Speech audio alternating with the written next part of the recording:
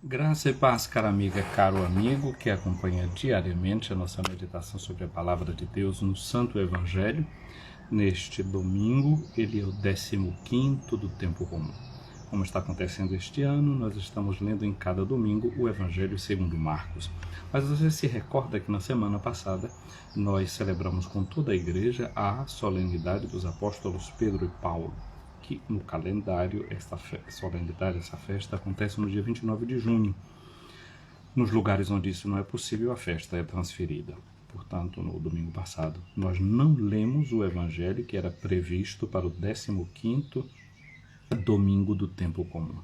Pois bem, nessa nossa Páscoa semanal, eu quero brevemente recordar o conteúdo da semana passada do capítulo 6 do Evangelho de Marcos, versículos de 1 a 6.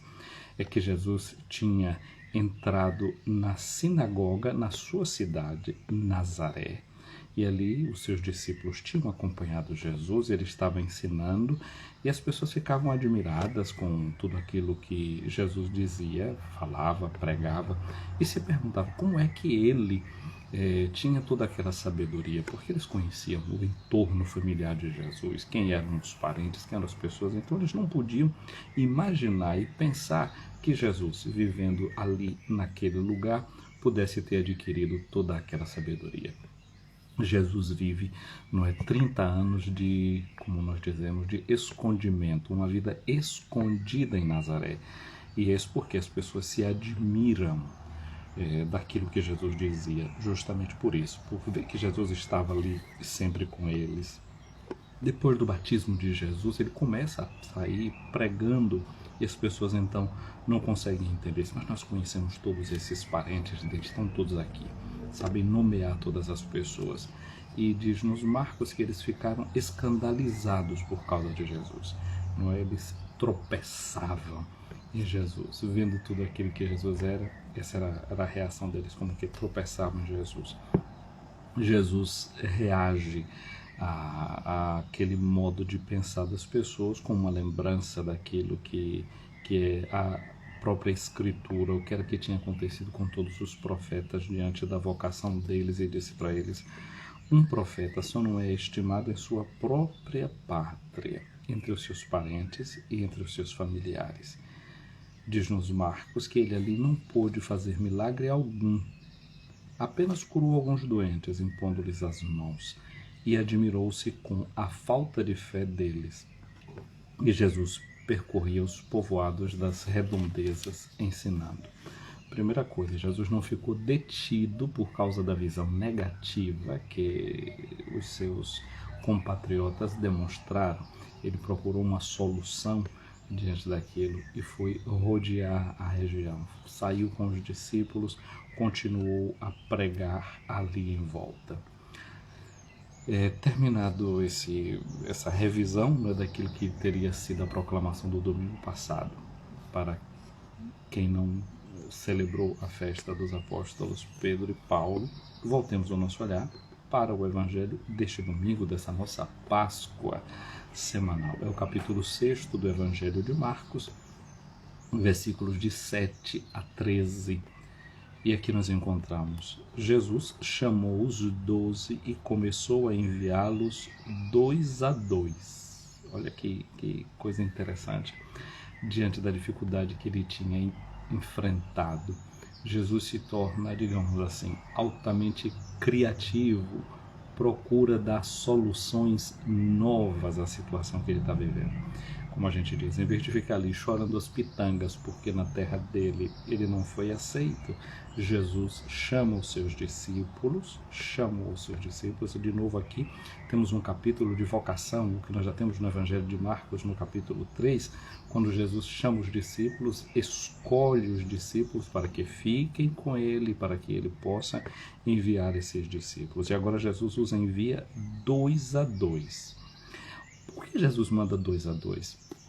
Primeiro porque já na antiga aliança, alguém para dar o testemunho de alguma coisa, precisavam ser duas pessoas, para que o testemunho fosse válido diante do tribunal. Senão é sempre a palavra da pessoa que está acusada e a palavra daquela pessoa que está acusando, testemunhando alguma coisa. Você lembra daquele episódio do livro de Daniel, da história de Susana, que dois homens tinham colocado-se de acordo para fazer uma denúncia falsa contra Susana, e o tribunal decidiu pela morte da mulher, e entra o jovem Daniel que diz: espera aí, eu não sou responsável pelo sangue dessa mulher, não, separem esses homens, e os interrogou de forma separada e percebeu que eles estavam mentindo. Às vezes mesmo o testemunho de duas pessoas, se elas estiverem macamunadas, podem servir a direcionar um tribunal para uma coisa falsa.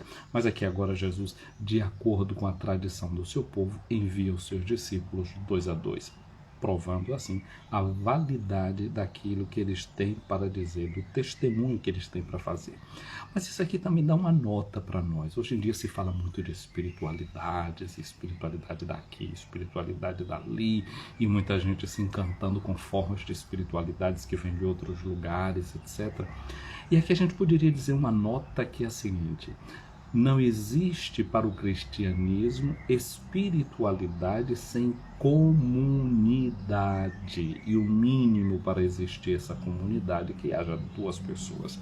Jesus diz no Evangelho de Mateus, né, onde 2 ou 3 estiverem reunidos em meu nome, estarei no meio deles. É uma palavra que serve para a questão da reconciliação no meio da comunidade, mas dá-nos a ideia justamente disso. Para se estabelecer comunidade, ou melhor, para viver a nossa espiritualidade cristã, nós não podemos fazer isso fora da comunidade. E é uma coisa interessante, eu me lembro de um refrão que a gente cantava muito nos encontros das comunidades um tempo atrás, que era assim: aqui na comunidade encontrei o Cristo no meu irmão. Aqui na comunidade encontrei o Cristo no meu irmão.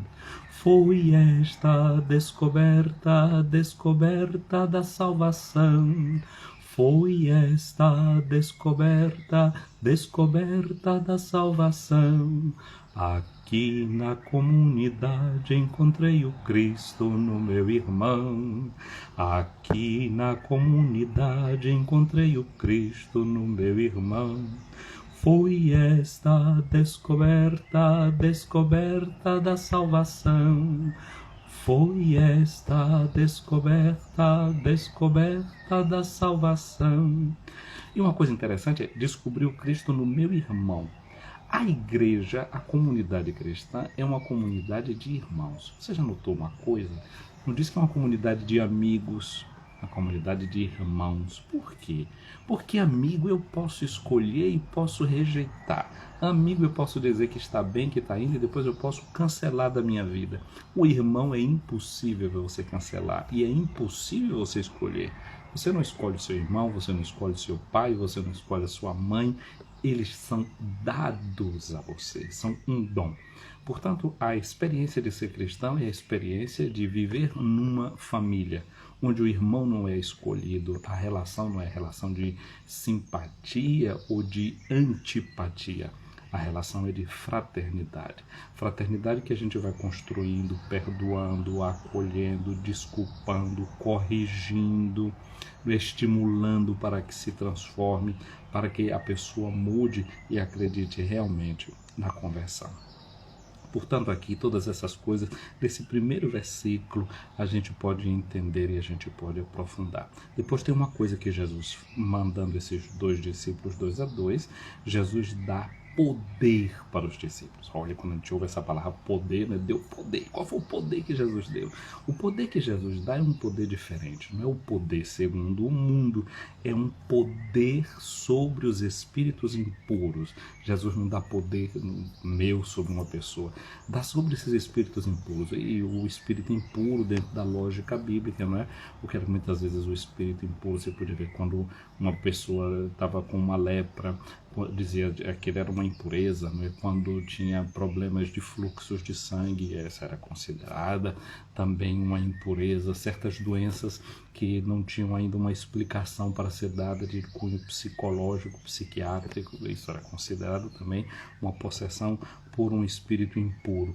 E de fato, Marcos também fala disso, que é espírito impuro, no sentido de ser dessa presença maligna, dessa presença maléfica. E o que é que o maligno faz? Ele destrói a humanidade, ele destrói aquilo que é humano. Ele não me faz olhar para o outro como aquilo que ele é, como o meu irmão, como a minha irmã.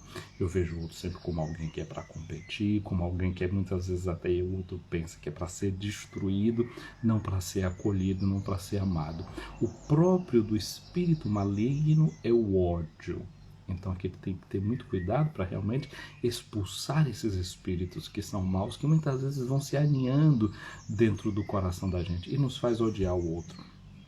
Mas eu acho que ainda tem uma coisa bem pior que o espírito maligno pode fazer dentro de nós, que é nos fazer indiferentes para o outro. A indiferença é realmente o contrário do amor. Não é? O outro não significa mais nada para você. Você perde a fraternidade, você perde a sensibilidade diante do outro.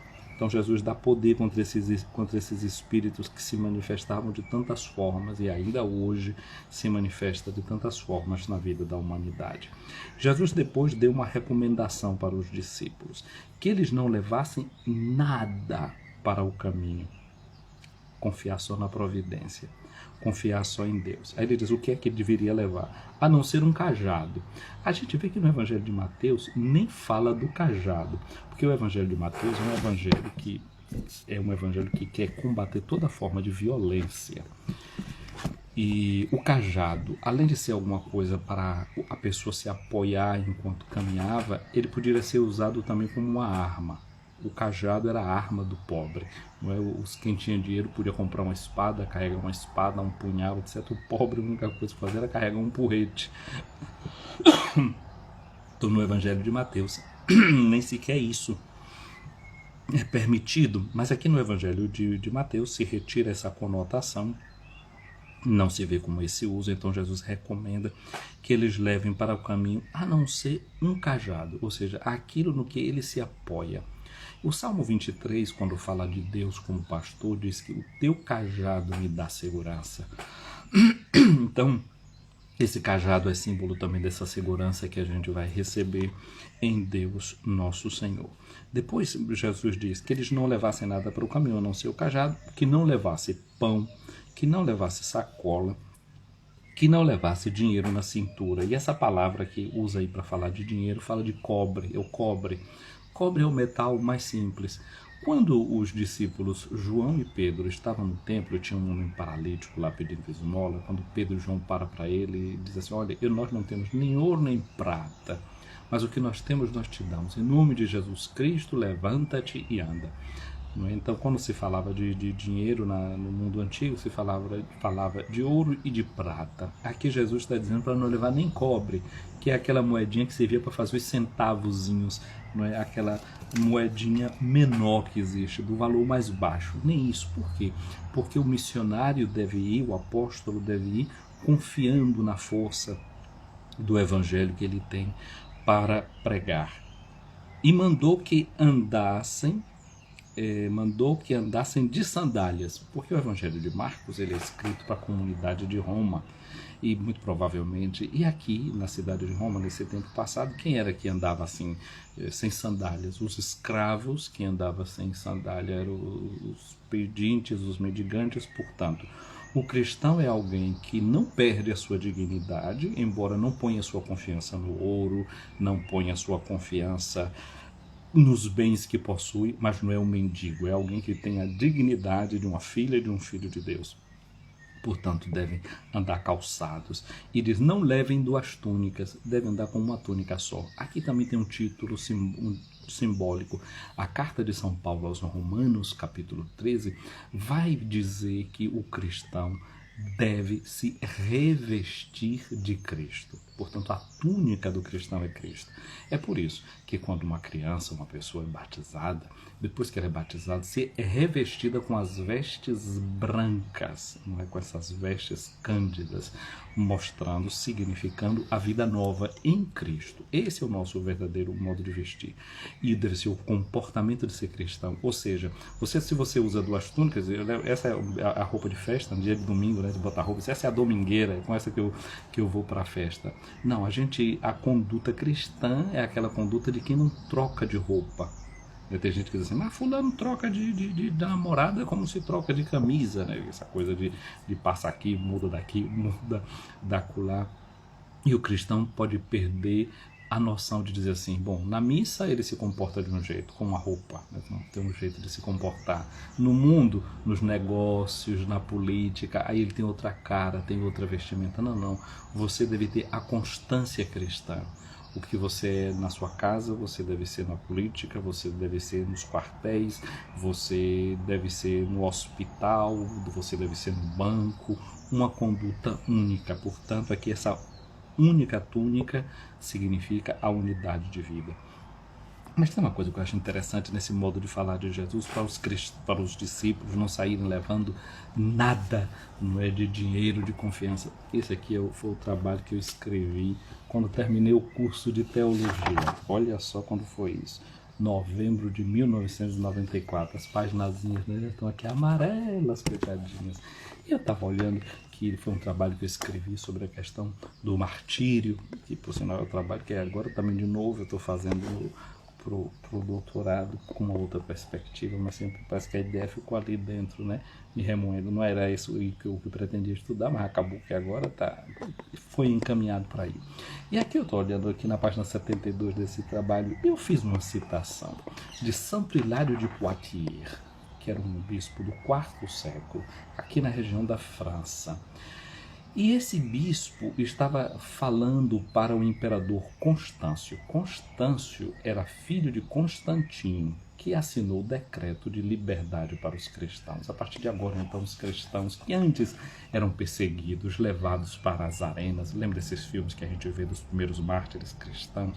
Aquela coisa que foi tão dura, tão sofrida, não é? Do cristianismo nas primeiras horas. Depois de Constantino, se dá uma liberdade aos cristãos. Eles podem agora construir igrejas, não é, bonitas, etc. Antes não se reuniam nas casas, não é? Muito sofrimento para os primeiros cristãos. Aí esse Santo Hilário de Poitiers, conversando com o imperador Constâncio, ele diz assim: Deus Todo-Poderoso, oxalá me houvesses concedido viver na época de Nero e de Décio, que foram imperadores que perseguiram os cristãos. Pela misericórdia de nosso Senhor Jesus Cristo, teu Filho, eu não teria temido a tortura. Ter-me-ia sentido feliz por combater contra os teus inimigos declarados, já que em tal caso não restaria nenhuma dúvida acerca dos que me incitariam a te renegar. Mas agora temos que lutar contra um perseguidor insidioso, contra um inimigo enganador, contra o anticristo Constâncio. Este não nos apunhala pelas costas, mas nos acaricia o ventre.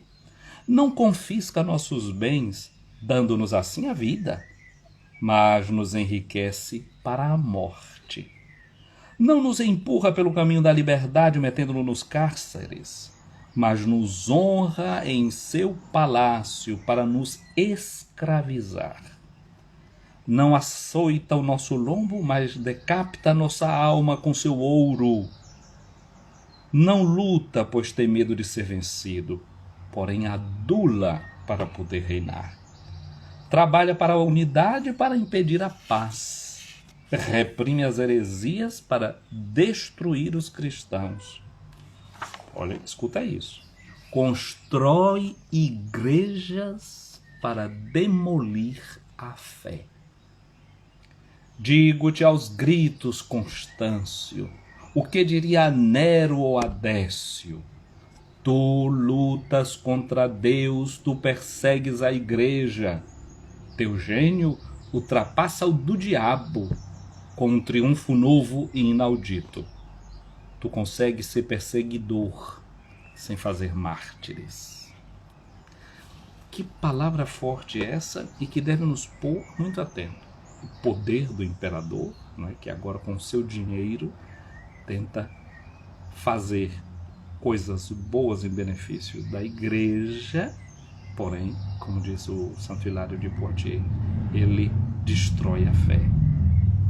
Então aqui esse cuidado que a igreja deve ter, os evangelizadores devemos ter em relação ao dinheiro para conseguirmos realmente manter essa liberdade do coração, para não aceitando de certas benesses temporais, comprometermos a pregação do evangelho que deve sempre nos levar à liberdade. Jesus continua falando aqui com seus discípulos e ele diz ainda: quando entrardes numa casa, ficai aí até a vossa partida. Às vezes quando um missionário chega em algum lugar, é tudo muito improvisado, né? Aí depois, com o passar dos tempos, a gente pode ir se acomodando, né? Fazendo as melhoras, as benesses, né? Como Jesus alerta, fica ali naquele primeiro lugar que te acolheu, porque são os mais pobres que em primeiro lugar abrem as suas portas. Aí pode ser que de repente o missionário depois já fica querendo uma coisinha melhor, né, para a sua vida, e começa a se justificar.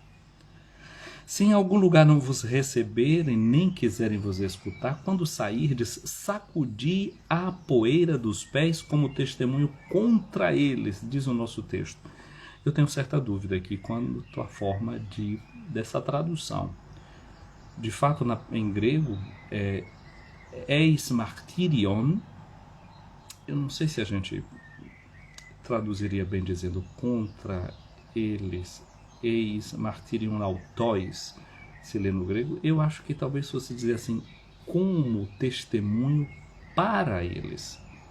No texto da Vulgata nós também temos in testimonium, para o testemunho deles, como testemunho para eles, porque é um testemunho que os cristãos estão dando. Já mandaram 2 a 2 para poderem testemunhar, e agora aqui a poeira que os discípulos tiram dos pés. Quando os judeus iam num país estrangeiro, quando eles voltavam, eles batiam a poeira do pé, não é? Antes de passar para as divisas, para dizer que eles não queriam nada da poeira daquele outro lugar com eles. Mas aqui é um testemunho contra eles, como dizendo assim, vocês ainda não acolheram o evangelho, vocês continuam na mesma mentalidade de vocês.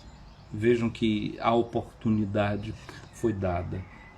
E aqui nesse sentido também pode servir para o evangelizador da gente pensar o seguinte: quando a gente entra em contato com os outros no diálogo, a gente precisa estar sempre atento, porque alguma coisa também do outro pode se agarrar a gente.